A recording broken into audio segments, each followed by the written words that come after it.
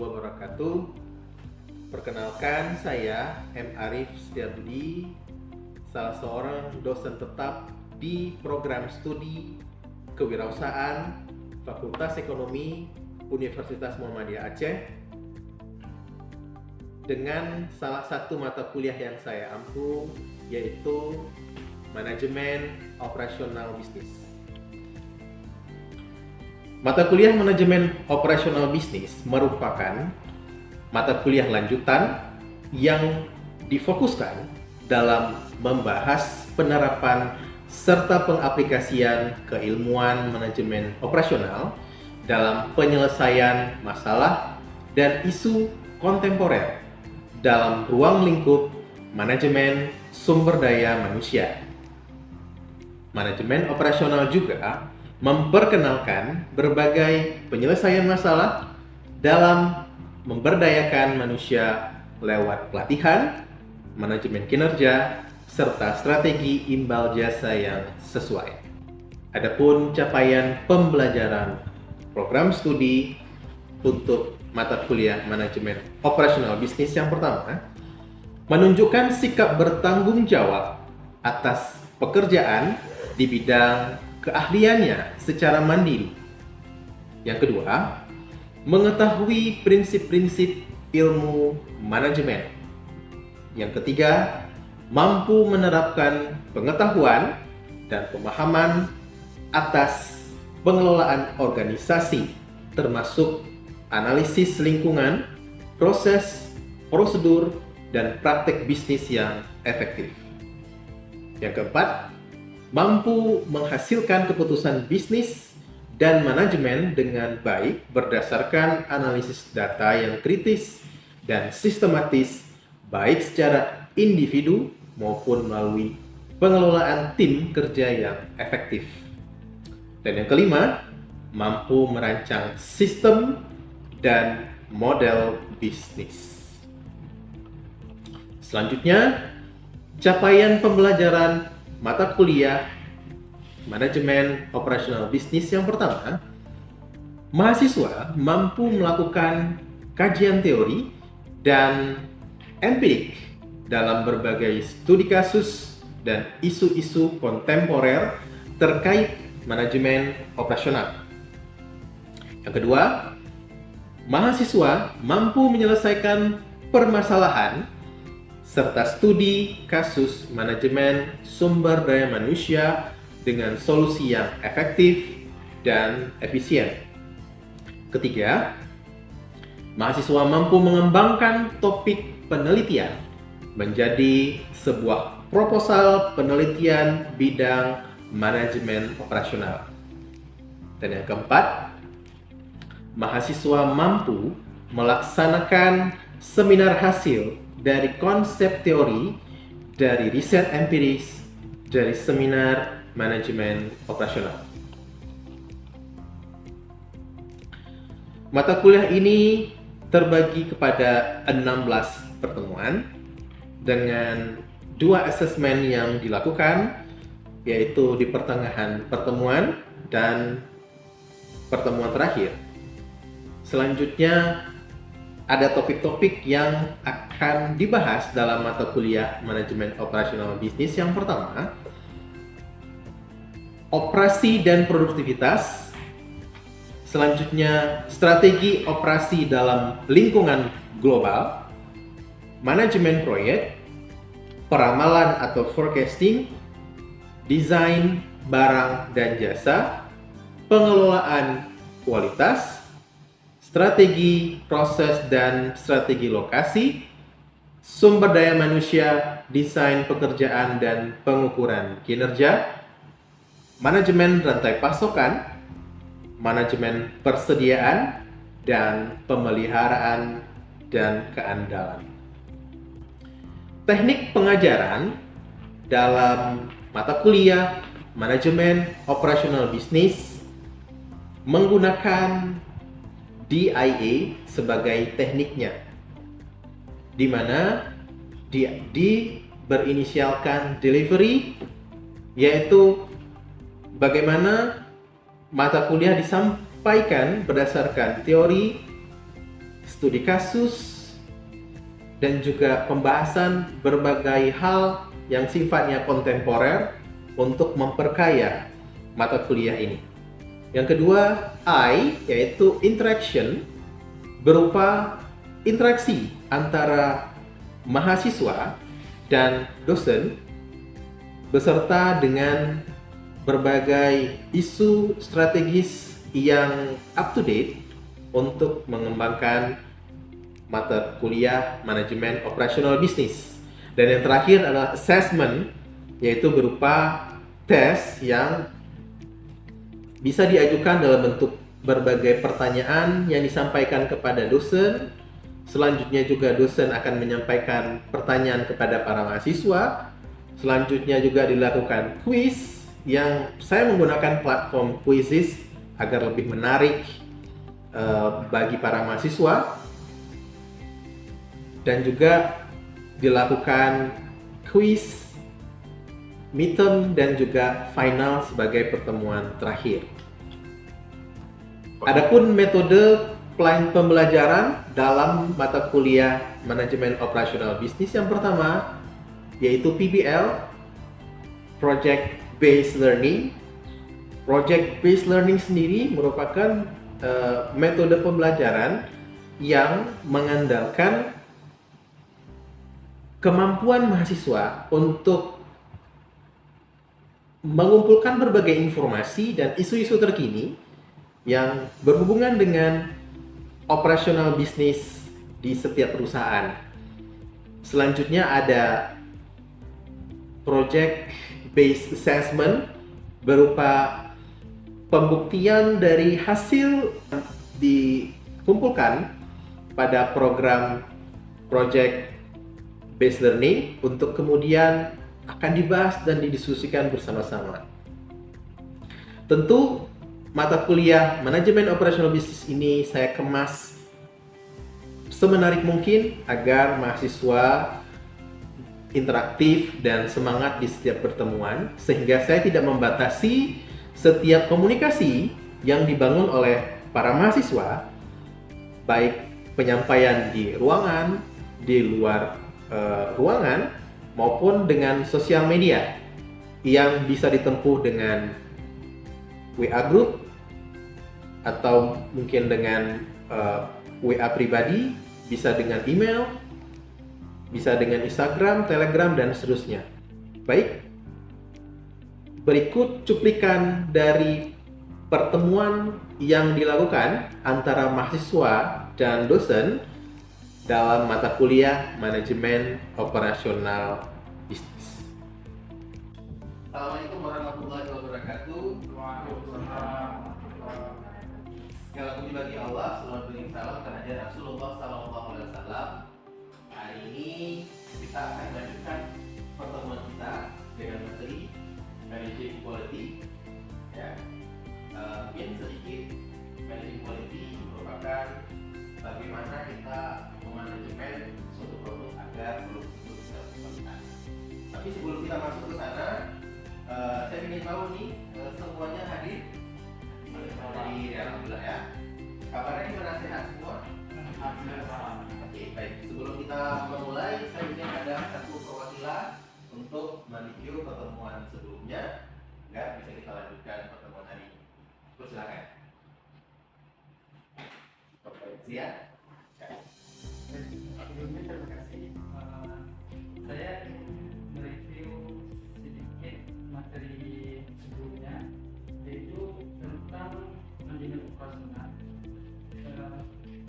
Manajemen sendiri terdiri dari 4 prinsip, yaitu planning, perencanaan, organisasian, monitoring aktivitas, dan monitoring pengawas. Fungsi dari manajemen sendiri yaitu efisiensi biaya, kualitas tinggi,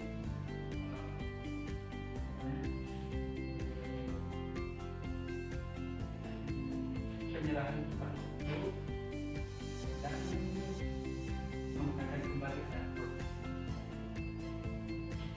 Oke, baik, terima kasih atas reviewnya. Silakan duduk kembali. Ya, kita akan masuk ya ke materi hari ini. Nah, di sini kita ada satu wawasan yaitu tentang Arnold Palmer Hospital. Ya. Jadi satu rumah sakit yang ada basisnya itu di luar negeri ya. Ini merupakan salah satu bentuk global company profile. Ya. Berarti ini profil perusahaan secara global. Ya. Ini didirikan tahun 1989. Ya. Kasihnya belum lahir ya. Diambil dari nama pegawai yaitu Arnold Palmer. Jadi apa yang spesial dari Arnold Palmer Hospital ini? Nah, ini pencapaiannya.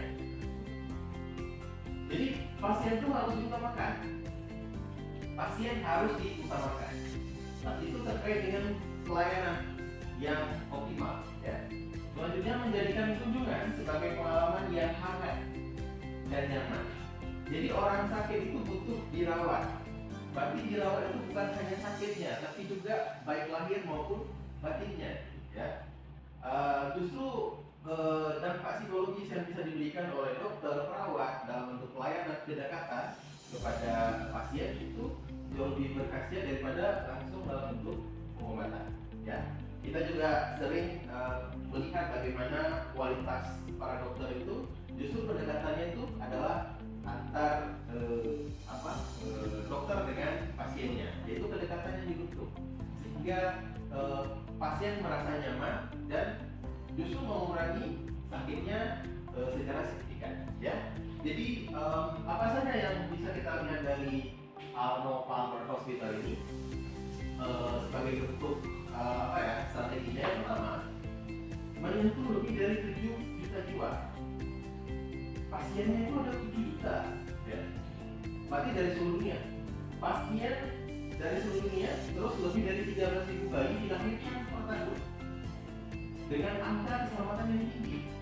Ada 13.000 bayi. Jadi tentu rumah sakit ini bukan hanya untuk bayi, tapi juga untuk dewasa. Tapi untuk bayi itu bisa diselamatkan mayoritasnya di 13.000. 10% teratas dari benchmark nasional dalam kepuasan pasien. Nah, 10 peringkat 10 teratasnya untuk kepuasan pasien. Jadi itu berhasil diciptakan oleh Rumah Sakit Arnold Palmer. Ya. Nah, di sini ada teknik-teknik manajemennya. Yang pertama adalah perbaikan berkesinambungan. Selanjutnya ada pemberdayaan pekerja, ada benchmarking dan just in time. Nah, ini nanti kita akan mengkombinasikannya dengan managing quality untuk materi kita kali ini, ya.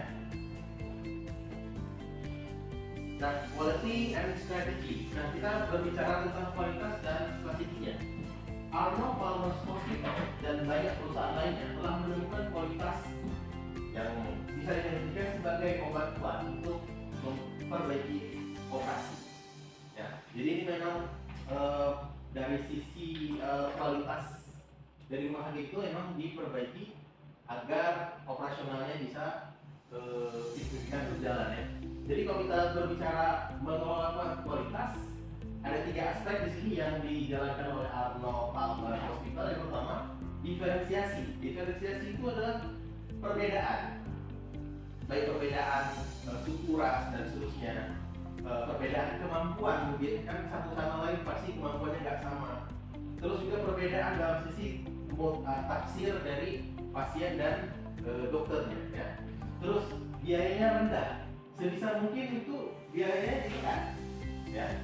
Sebisa mungkin biaya ditekan, artinya apa? Di sini dengan diberikannya obat yang tepat sasaran. Jadi bukan hanya menghabiskan obat-obat yang ada, tapi obat seminimal mungkin untuk bisa menyembuhkan penyakit yang tetap, ya. Dan tentu respon cepat. Ya. Di sini respon cepat bukan hanya berbicara ketika di IGD, tapi ketika sudah di kamar pasien pun itu harus ditanggapi dengan segera. Ya. Nah, jadi kalau kita bicara dengan kualitas, apa sih sebenarnya kualitas itu? Itulah kemampuan sebuah produk atau jasa untuk memenuhi kebutuhan pelanggan. Nah, ini yang harus kita bisa lihat, agar seluruh keinginan dari para konsumen ini bisa kita penuhi keinginannya, ya. Tujuan manajer operasi itu membangun sebuah sistem. Manajer ini memang dia bukan bekerja secara otot, tapi otak, ya. Makanya dia dituntut untuk bisa membangun sebuah sistem total quality management yang mengidentifikasi dan memuaskan kebutuhan dari pelanggan. Ini mungkin ada beberapa acuannya.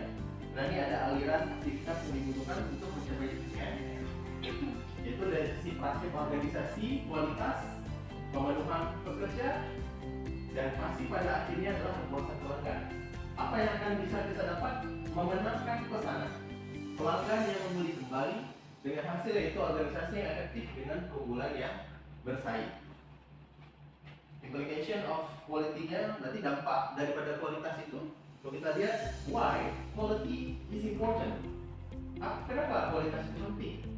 Tentu di sini berhubungan dengan reputasi perusahaan. Kalau dalam hal ini adalah Arnold Palmer Hospital. Selanjutnya adalah kehandalan produk, ya. Dan terakhir adalah keterlibatan secara global. Kalau kita berbicara di sini kemajuan dari perusahaan, tentu kita nggak ingin hebat di tempat sendiri, tapi juga di secara global. Efisiensi dan fleksibilitas. Kita dalam berusaha tentu kan ingin dengan modal sekecil mungkin, tapi dengan keuntungan setinggi mungkin, sebesar mungkin. Ya, itu sisi efektivitas, efisiensi, dan satu lagi adalah fleksibilitas. Bagaimana bentuk fleksibilitas yang dimaksud adalah bagaimana pelayanan kita ini bisa didapatkan oleh halayak ramai, yaitu oleh konsumen, ya, bisa diakses dengan mudah, ya, dan tentu pelayanannya bisa lebih optimal. Nah, kita udah masuk ke dalam setengah pertemuan untuk managing quality. Ada yang ingin bertanya? Ya, silakan. Ya. Baik, sebelumnya terima kasih kepada Bapak yang sudah memberikan kesempatan saya untuk bertanya. Nah, saya melihat banyak penduduk Aceh sering berobat ke Thailand. Sedangkan peralatan medis di Aceh itu dari rumah. Bagaimana pendapat Bapak terkait hal tersebut? Oke, menarik. Ya, terima kasih. Ini merupakan fenomena, ya, yang harus kita tanggapi, ya, kita katakan dengan serius, ya. Penduduk kita ini sudah cukup nyaman untuk berobat ke Malaysia, ya. Selain yang pertama luar negeri, yang kedua kualitasnya. Nah, sekarang kita berbicara kualitas, seperti halnya mata kuliah kita kali ini, yaitu managing quality. Kalau disinggung dari kualitas medis, seperti yang sudah disampaikan tadi, pasca atau setelah dari bencana tsunami, kita sangat banyak bantuan dari luar negeri, terutama salah satunya adalah Jerman untuk alat medis kita. Ya, kalau Malaysia, ya belum tentu dari Jerman juga. Tapi kenapa tetap mayoritas penduduk kita, apalagi kalau berhubungan dengan penyakit-penyakit yang agak serius, itu berobat ke sana. Apa di sini nggak ada dokter dan seterusnya. Nah, itu kembali lagi kepada kualitas yang dimaksud di sini adalah bukan hanya dari sisi barang atau alat, tapi juga kualitas pelayanan. Nah, mungkin seperti yang disinggung tadi, fungsi dari manajemen operasional itu adalah yang pertama adalah efisiensi biaya, yang kedua adalah kualitas tinggi. Nah, kualitas tinggi ini tidak hanya berhubungan dengan peralatan, tapi juga kapasitas yang kita miliki di sini, baik itu dokter, perawat, bahkan sampai dengan keamanan sekaligus itu merupakan satu komponen yang namanya kualitas. Nah, kalau kita lihat di sini, ya kita bisa jalan-jalan aja di rumah sakit ZA, Jalan Abidin, itu banyak sekali kamar-kamar, terutama di sini bangsa, yang itu sekali dihuni itu bisa satu pasien itu bisa mungkin bisa ada yang menemaninya itu sekitar 5 atau sampai dengan 10. Sedangkan kalau di Penang itu tidak boleh untuk istilahnya ditemani. Jadi paling maksimal itu adalah 1 orang saja. Ya. Dan juga dengan ruangan tidak bercampur satu sama lain, tidak bisik, tidak ribut. Ya. Itu dari sisi psikologis pun kita tuh merasa wah kita di sini mendapatkan kenyamanan meskipun kita dengan sakit. Nah, selanjutnya apa lagi pendekatan yang dilakukan? Nah, pendekatan yang dilakukan oleh dokter kepada pasiennya itu cukup intens. Ya. Jadi bukan tanya penyakit dulu, tapi bagaimana pengetahuan si dokter itu terhadap si pasien dulu dari sisi pribadinya, maksudnya bagaimana mungkin tinggalnya di mana, terus punya keluarga, ya. Terus bagaimana kebiasaan, hobi dan seterusnya. Jadi nggak langsung nanya bapak sakit apa, ya. Kalau kita seperti itu kayak divonis 2 kali ya, udah divonis sakit, habis itu divonis lagi sama dokter kita, kan gitu. Nah, jadi nggak langsung kepada obat dan seterusnya. Memang obat, ya tentu akan secara instan akan mempercepat kesembuhan, tapi bukan satu-satunya yang akan menyembuhkan kita. Jadi bahkan kalau di luar negeri itu, kalau kita sakit flu atau batuk itu nggak langsung dengan antibiotik yang 500 gram, sebenarnya itu sangat berat. Ya, kalau luar negeri bahkan disuruh udah tidur aja dulu, istirahat aja dulu. Jadi kita tanya nggak ada obatnya, apa obat itu aja, misalnya gitu. Jadi memang mereka emang sangat aware dengan obat. Ya. Jadi kembali lagi itu pada kualitas yang dimaksud adalah kedekatan, ya, bukan hanya kepemilikan kita terhadap alat, tapi juga kemampuan kita untuk mengoperasionalkan alat itu juga belum tentu juga kita di sini bisa mengoperasionalkan alat-alat di Jerman itu dengan baik. Makanya di sini juga akumulasinya ke sana. Terakhir, kesejahteraan dari dokter tentu itu akan memainkan peran.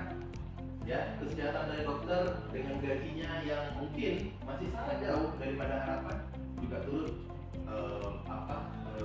berpengaruh terhadap pelayanan yang diberikan. Ya, itu mungkin belum banyak. Baik, kita akan lanjut. Di sini ethics and quality management, etika dan manajemen kualitas. Kita melihat di sini dewasa ini ada 3 komponen yang menjadi perhatian serius setiap perusahaan, yaitu healthy dari sisi kesehatan, safe dari sisi keamanan, dan tentu kualitasnya. Seperti apa? Ini yang menjadi hal yang sangat diperhitungkan oleh para manajer operasi yang akan diberikan kepada konsumen. Ya. Nah, ada International Quality Standards ya dari sisi ISO 9000 dan ISO 14000. ISO itu International Standard Organization. Jadi kan ISO 9000 itu untuk kualitas, dari sisi kualitas, sedangkan ISO 14000 itu dari sisi manajemen pembinaan. Ya. Oke, kita lihat di sini selanjutnya ada toolsnya itu ada beberapa, ya. Ada lembar periksa, diagram sebar, ya. Ada diagram Pareto di bentuk-bentuknya, ya. Diagram sebar akibat, diagram alir, histogram dan diagram statistika. Ya, ini ada tools halannya. Ya. Dan yang terakhir, ini adalah bentuk pelayanan yang diberikan dengan total quality management, yaitu dapat diandalkan. Itu dari sisi komunikasinya, kesikapan, kredibilitasnya, kapasitasnya, kompetensi, keamanannya, akses bisa dipahami dan kesopanan dalam bentuk hal-hal lainnya. Ya, baik rekan-rekan mahasiswa, ini merupakan keseluruhan dari mata kuliah kita kali ini yaitu manajemen quality. Sebelum kita mungkin lanjut atau merangkumnya, saya ingin ada satu yang bisa memberikan kesimpulan untuk pertemuan kita kali ini. Silakan. Assalamualaikum warahmatullahi wabarakatuh. Baik, saya akan mengambil kesimpulan pada materi kita pada hari ini. Yang saya dapat ambil itu baik akan saya jelaskan definisi kualitas. Definisi kualitas adalah kemampuan sebuah produk atau jasa untuk memenuhi kebutuhan pelanggan. Terusnya ada international quality, terbagi menjadi 2. Pertama ada ISO 9000 dan yang kedua ada ISO 14000. ISO 9000 suatu standar kualitas, sedangkan ISO 14000 suatu standar lingkungan manajemen. Seterusnya ada total quality. Total quality mengidentifikasi dan memuaskan kebutuhan pelanggan. Kemudian ada tools terbagi menjadi 4, ada lembar periksa, diagram sebar, diagram akibat, dan yang terakhir diagram produk. Kemudian terakhir ada tim in service, tergolong menjadi 5 bagian. Pertama, dapat diandalkan. Yang kedua, kesiapan. Yang ketiga, kompetensi. Yang keempat, ada akses. Dan yang terakhir, ada kesopanan. Baik, mungkin itu saja yang dapat saya simpulkan pada materi kita pada hari ini. Sekian, terima kasih. Assalamualaikum warahmatullahi wabarakatuh. Waalaikumsalam warahmatullahi wabarakatuh.